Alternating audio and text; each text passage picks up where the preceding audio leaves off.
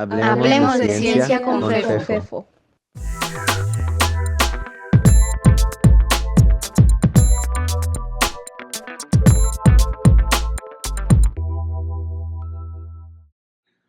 Hola, te saluda Fefo. Gracias por acompañarme. Este es el tercer episodio de la serie titulada Hablemos de Física, donde platico un poco acerca de qué es y cómo surgió el concepto de experimento científico. En los episodios anteriores presenté el significado de física como ciencia y del camino que la humanidad tuvo que seguir para llegar a él. Tus sugerencias, observaciones y preguntas son bienvenidas y muy bien recibidas. Prepararemos algunos episodios especiales dentro de esta serie para responder y discutir todas ellas. Puedes hacerlas llegar directamente en la sección de comentarios de la plataforma donde estás escuchando este podcast. O si prefieres, puedes hacerlo enviándome un correo electrónico a la dirección fefo.aranda@gmail.com. Comenzamos. El concepto de experimento no es uno muy difícil de entender. La mayoría de las niñas, los niños, crean algún tipo de actividad experimental en sus cocinas conforme exploran las ideas detrás de la preparación de la comida. Aprendemos a caminar experimentando con nuestras extremidades, incluso mucho antes de que tengamos palabras para describir el proceso. No cabe duda, además, que los seres humanos en tiempos ancestrales hacían exactamente lo mismo. Y entonces, ¿por qué nos tomó tanto tiempo descubrir la idea de la experimentación en la ciencia? Para empezar a darnos una idea sobre esto, creo que lo primero que tenemos que entender es a qué nos referimos cuando hablamos de experimento científico, a diferencia de la noción ingenua de experimentación que acabo de describir hace un momento. En el proceso de hacer ciencia, cualquier ciencia, uno parte de la tesis central que dice que las leyes de la naturaleza son regulares y simples, o al menos lo suficientemente simples para que los humanos podamos descubrirlas y comprenderlas. Esto ya es en sí una suposición de orden mayor, pero es uno de los axiomas centrales utilizados por los antiguos filósofos griegos para construir sus teorías de la naturaleza.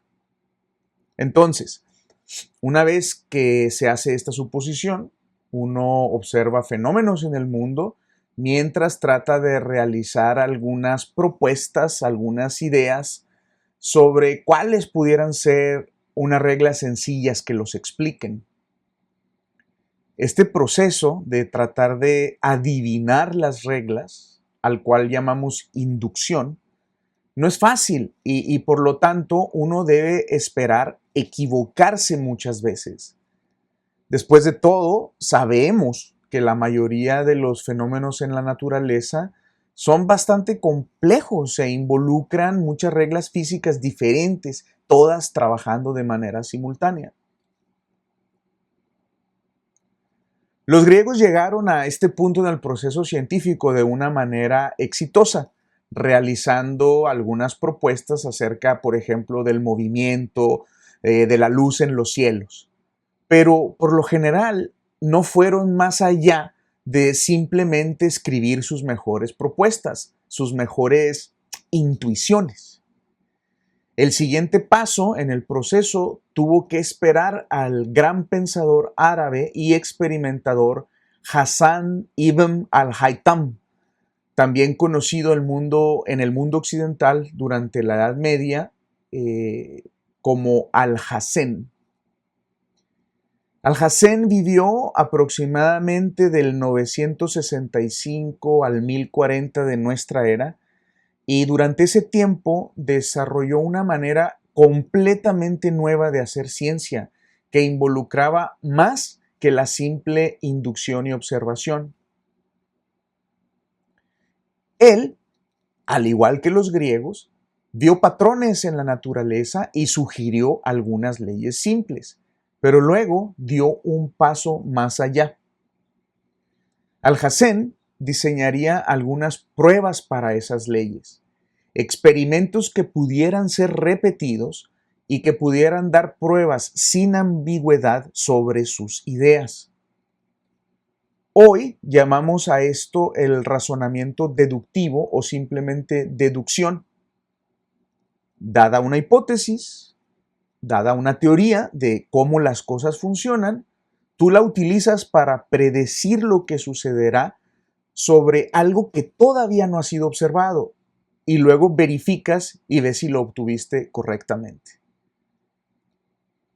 Alhazen estaba profundamente interesado en el estudio de la luz y la óptica, porque le parecía que las ideas básicas propuestas por los griegos sobre estos temas no podrían ser correctas.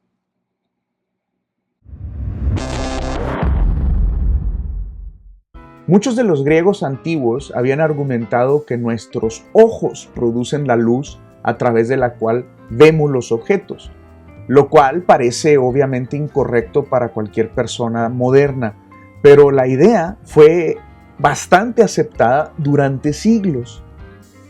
Fue precisamente Alhazen quien argumentó que ciertos objetos como el sol y el fuego producen luz y que nosotros vemos la luz ya sea directamente o reflejada de otros objetos los cuales por sí mismos no producen luz. Esto no está demasiado lejos del entendimiento moderno. Y entonces Alhazen empezó a realizar una serie de experimentos que le permitieron mostrar que la luz viaja en líneas rectas.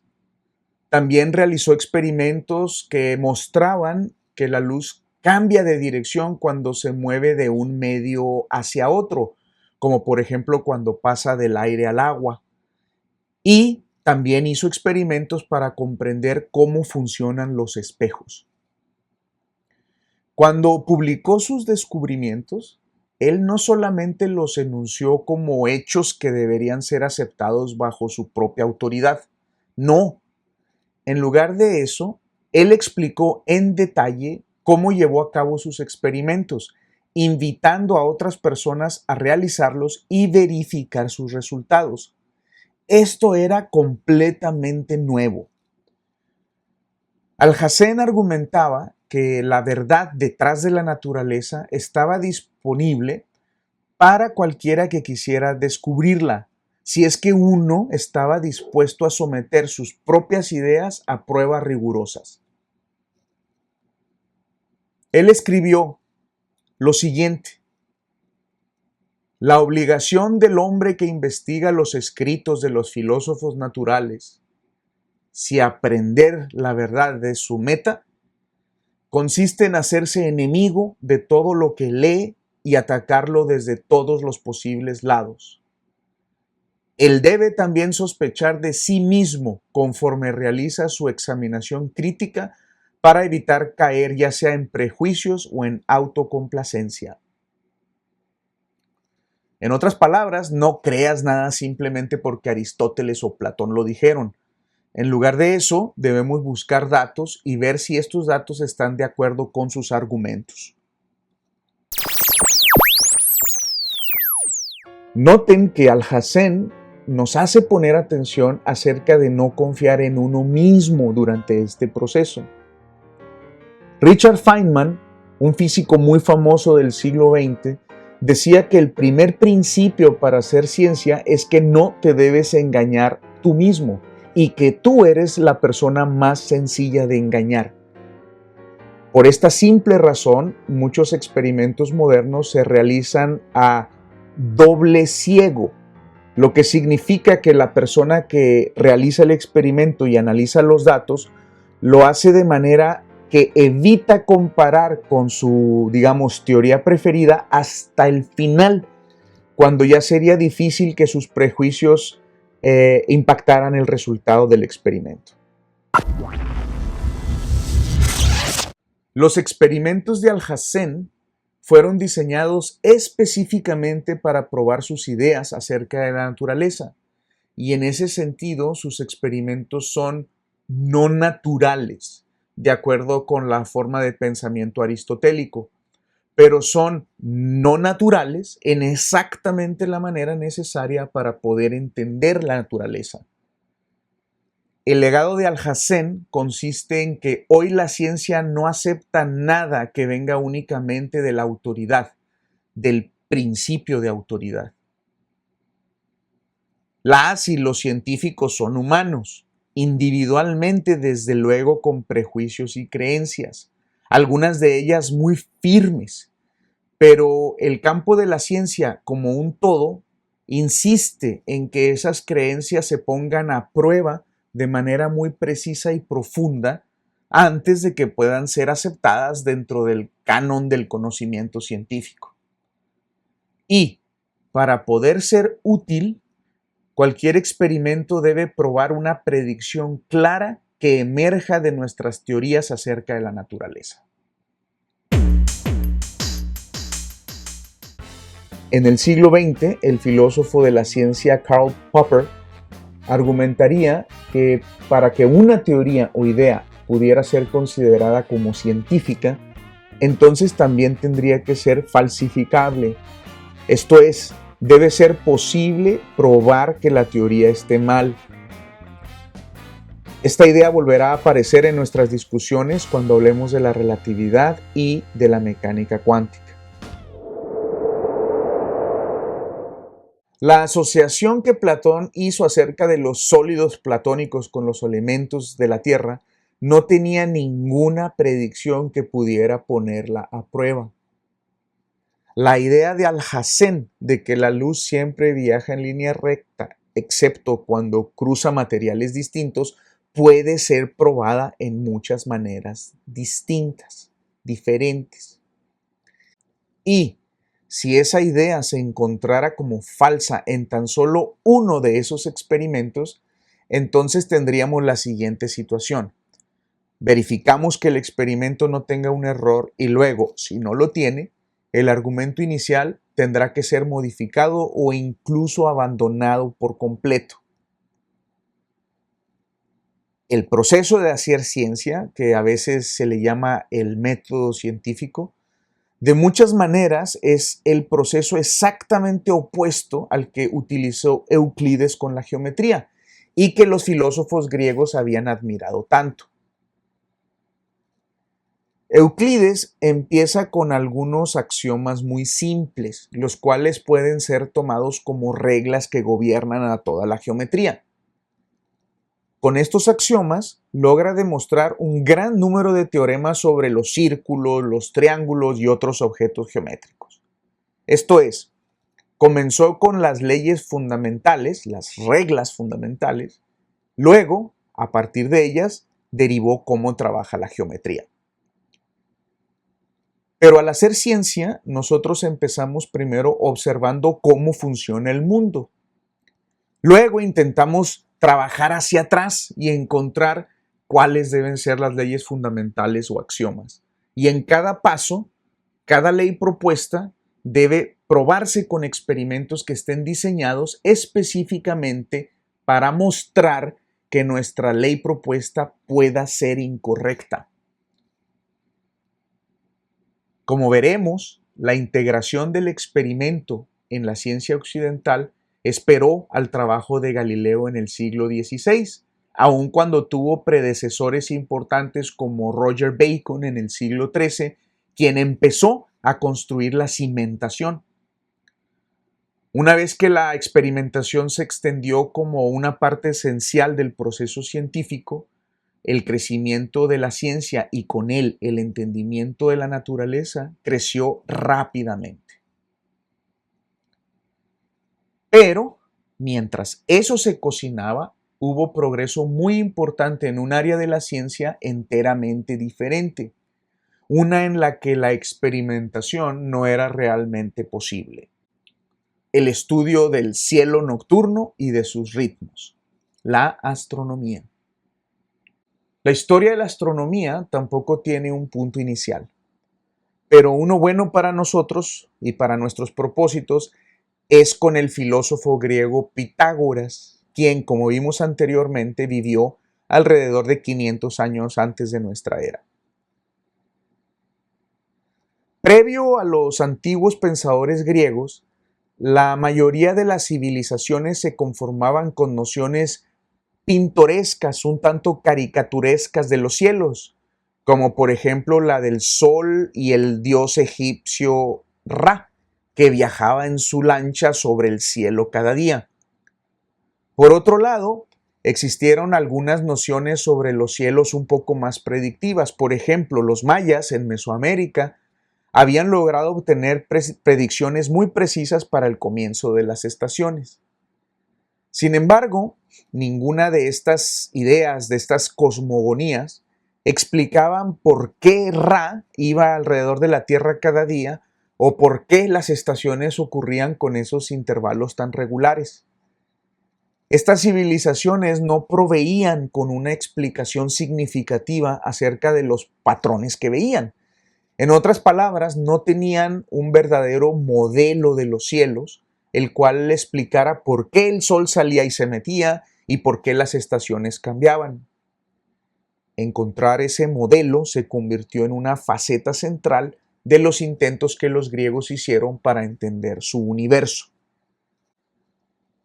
A Pitágoras se le conoce primordialmente el día de hoy por su famoso teorema de ángulos de triángulos rectángulos y por su invención de las escalas musicales. Pero él también fue uno de los primeros filósofos en poner en palabras de manera sistemática el modelo de los cielos que la mayoría de sus contemporáneos probablemente compartían y que parece casi autoevidente cuando uno examina el cielo de noche, desde la perspectiva que tenemos los humanos aquí en el planeta Tierra. Para Pitágoras, la Tierra era el centro del universo, con el Sol, la Luna, planetas y una esfera fija de estrellas, todos orbitándola. Hoy llamamos a este modelo el sistema geocéntrico o el modelo geocéntrico, porque pues pone a la Tierra en su centro. Aunque ingenuo, de hecho es un modelo muy natural. Y si a nosotros no nos hubieran dicho desde que nacimos que la Tierra es la que orbita al Sol, muy fácilmente podríamos concluir lo opuesto simplemente mirando al cielo durante la noche. En este modelo geocéntrico, un día corresponde al tiempo que le toma al Sol completar una órbita alrededor de la Tierra. Sin embargo, la Luna y las estrellas no siguen exactamente o al mismo ritmo al Sol, por lo que tienen que tener periodos orbitales distintos. El periodo orbital lunar difiere del solar por 50 minutos. Cada 28 días, esos 50 minutos suman 24 horas, regresando a la Luna y al Sol a la misma posición relativa y dándonos así la noción de lo que llamamos un mes. La esfera de estrellas también completa una órbita más o menos una vez al día, pero con una pequeña diferencia con respecto al periodo solar de 4 minutos. Un año es el tiempo que le toma a esos 4 minutos irse sumando y completar un día y poner a las estrellas de nuevo en sincronía con el Sol. Los griegos entendieron que los planetas no eran como las otras estrellas, ya que de noche a noche cambiaban posiciones en el cielo. El nombre planeta, de hecho, viene del griego errante o vagabundo. Pitágoras ponía las órbitas de los planetas interiores, Mercurio y Venus, afuera de la órbita de la Luna y adentro de la órbita del Sol, mientras que los planetas externos, Marte, Júpiter y Saturno, los ubicaba afuera de la órbita del Sol. Y finalmente, la última órbita era la de las estrellas, las cuales estaban fijas en relación de una con otra y sin cambios. Los griegos conocían 5 planetas, los únicos visibles a simple vista, sin instrumentos especiales, y los ponían en el siguiente orden: Mercurio, Venus, Marte, Júpiter y Saturno. Sin embargo, no todos estaban de acuerdo en que este era el orden correcto. Todo funcionaba bien con el modelo geocéntrico, sin embargo, había un problema. Pero uno que era solamente evidente si alguien de verdad estudiaba las posiciones de los planetas en el cielo durante el transcurso de un año completo. Si registras la ubicación de Marte en el cielo durante el transcurso de un año, utilizando a las estrellas del fondo como referencia, parecería que Marte por lo general se mueve de oeste a este. La mayoría de las noches, Marte estaría un poco más hacia el este de su posición en la noche anterior. Esto estaba bien con el modelo de Pitágoras, pero extrañamente y de manera ocasional, Marte revertía su movimiento y viajaba de este a oeste. Esta reversa temporal no duraba mucho y una vez que terminaba, Marte regresaba a su movimiento, digamos, normal en la dirección oeste-este. Dicho movimiento de reversa de la órbita, conocido como movimiento retrógrado, era completamente inexplicable en el modelo sencillo y simple de Pitágoras. Precisamente la simplicidad del modelo y sus predicciones bastante correctas acerca del movimiento de los astros, de los cielos, hacía difícil descartarlo. Y por ende, unos siglos más tarde, Apolonio de Perga y después de él Hiparco de Rodas o de Nicea, trabajaron para modificarlo y que permitiera el movimiento retrógrado de los planetas externos. El modelo resultante describía las órbitas de los planetas de la siguiente manera. Ellos afirmaban que el planeta se ubicaba en la orilla de una rueda que giraba bajo su propio centro, la cual se encontraba en la orilla de una rueda mucho más grande que rotaba de oeste a este con respecto al centro de la Tierra. La órbita de la rueda grandota fue llamada el deferente, mientras que a la pequeña se le conoció como epiciclo, lo que literalmente significa un círculo moviéndose sobre otro círculo. El movimiento resultante visto desde la Tierra produce aproximadamente una gran órbita circular para el planeta, pero con pequeños buclecitos en los que el planeta hace retrocesos. Algo así como ir haciendo pequeños bucles conforme se va moviendo en la órbita grande cuasi circular. Aristóteles le dio su propia pulida a este modelo, imaginando, como mencionamos en el episodio anterior, una serie de esferas cristalinas y concéntricas, alrededor de 50 en total, anidadas entre sí, dando las órbitas y los epiciclos de los planetas, la Luna, el Sol y las estrellas. Debe decirse que no había unanimidad entre los griegos con respecto al universo geocéntrico. Aristarco de Samos, que vivió en el 250 antes de nuestra era, creía en un universo heliocéntrico, con el Sol en el centro y la Tierra, planetas y estrellas en órbita alrededor de él. Sin embargo, el modelo, aun siendo correcto, parece tener problemas que, al menos en el tiempo de Aristarco, eran imposibles de resolver. Por ejemplo, su modelo predecía que la Tierra estaba volando a través del espacio y alrededor del Sol a velocidades extremadamente altas. Todo esto mientras rotaba sobre su propio eje una vez al día. Ambas cosas son correctas, desde luego. La Tierra se mueve a través del sistema solar a alrededor de 30 kilómetros por segundo, lo cual es extremadamente rápido para estándares terrestres. Esta doble rotación no solo era complicada, también dejó a sus contemporáneos imaginándose por qué no sentíamos ninguno de estos movimientos. ¿Por qué nosotros no los sentimos? Después de todo, se suponía que los objetos moviéndose a grandes velocidades a través del espacio sentirían los efectos de esas grandes velocidades. ¿Por qué? Por ejemplo, no salíamos lanzados de la Tierra por culpa de su rotación. ¿O por qué la atmósfera no se quedaba atrás conforme la Tierra se movía debajo de ella? En nuestro día a día, en nuestra vida diaria, nosotros no detectamos ninguna pista de este movimiento. Desde luego que existe evidencia terrestre de la rotación de la Tierra. Por ejemplo, muchos de los fenómenos climáticos se deben a la rotación de la Tierra, siendo los huracanes y los ciclones los mejores ejemplos. Un péndulo de Foucault, cuyo balanceo hace pequeños cambios en su dirección conforme la Tierra rota, es otro ejemplo famoso que se puede ver en museos de ciencias. Estos argumentos, sin embargo, no estaban disponibles para los griegos. Finalmente, otro problema con el modelo heliocéntrico era el siguiente. Dado lo pesada que la Tierra tendría que ser, ¿qué fuerza posiblemente podría ser responsable de moverla a tan grandes velocidades?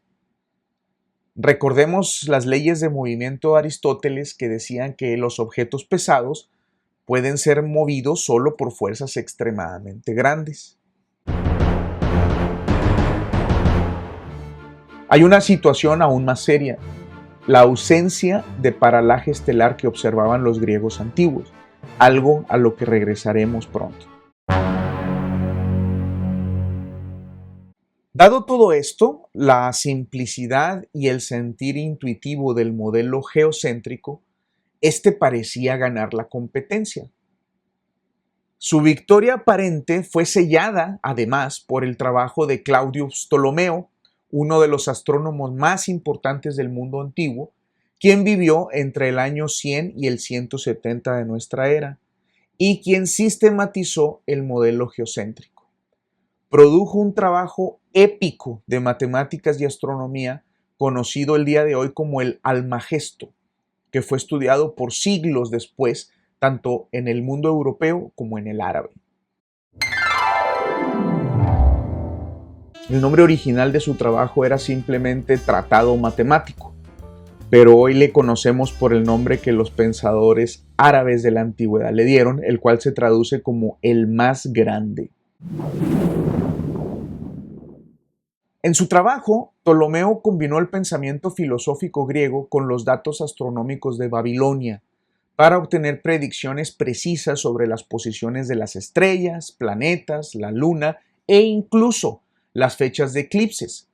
Predicciones que tenían una utilidad muy clara para la agricultura y la astrología y que luego se convirtieron o tuvieron también importancia para la iglesia cristiana temprana, otro tipo de astrología, para diseñar sus calendarios, ritos y fiestas de observancia.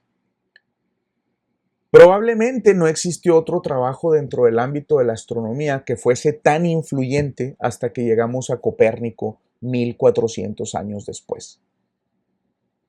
Los trabajos de Ptolomeo no eran solo tablas muy grandes de observaciones estelares y predicciones, también incluían una imagen detallada del universo mismo. Al igual que Aristóteles, Ptolomeo creía que el universo era una serie de capas anidadas sobre las cuales las órbitas de cada planeta, del Sol, de la Luna y de las estrellas se ubicaban, incluyendo sus epiciclos. Pero el modelo de Ptolomeo era considerablemente más complicado que el de Aristóteles, porque a diferencia de Aristóteles, él insistía en que el modelo debería dar predicciones que estuvieran de acuerdo con los datos. Discusiones entre seguidores del modelo de Aristóteles y aquellos del modelo de Ptolomeo persistieron hasta los días de Isaac Newton, cuando se hizo claro que ambos estaban equivocados. Su modelo y cálculos fueron utilizados por siglos, a pesar de que con el tiempo sus predicciones se iban haciendo cada vez más erróneas. Claro que Esto era esperado, ya que los datos que se tomaron cuando él hizo sus primeros cálculos no fueron adquiridos utilizando ningún equipo observacional moderno, ni siquiera un telescopio.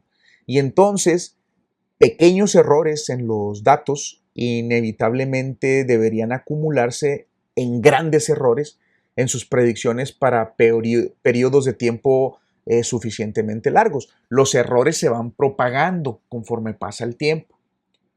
Por lo tanto, conforme pasaron los siglos, nuevos conjuntos de observaciones fueron llevados a cabo para actualizar los datos en el Almagesto, al mismo tiempo que mantenían el modelo íntegro de Ptolomeo y sus métodos calculacionales. Pero, y esto es crucial, Ptolomeo estaba trabajando con un modelo que simplemente estaba incorrecto, aun cuando tenía la, llamémosle, ventaja de ser aproximadamente consistente con los datos. La desventaja del modelo ptolomeico, aparte de ser incorrecto desde luego, era su complejidad. El movimiento combinado de deferente y epiciclo hacía los cálculos extremadamente difíciles, especialmente en un tiempo previo a la existencia de calculadoras o incluso el cálculo en las matemáticas.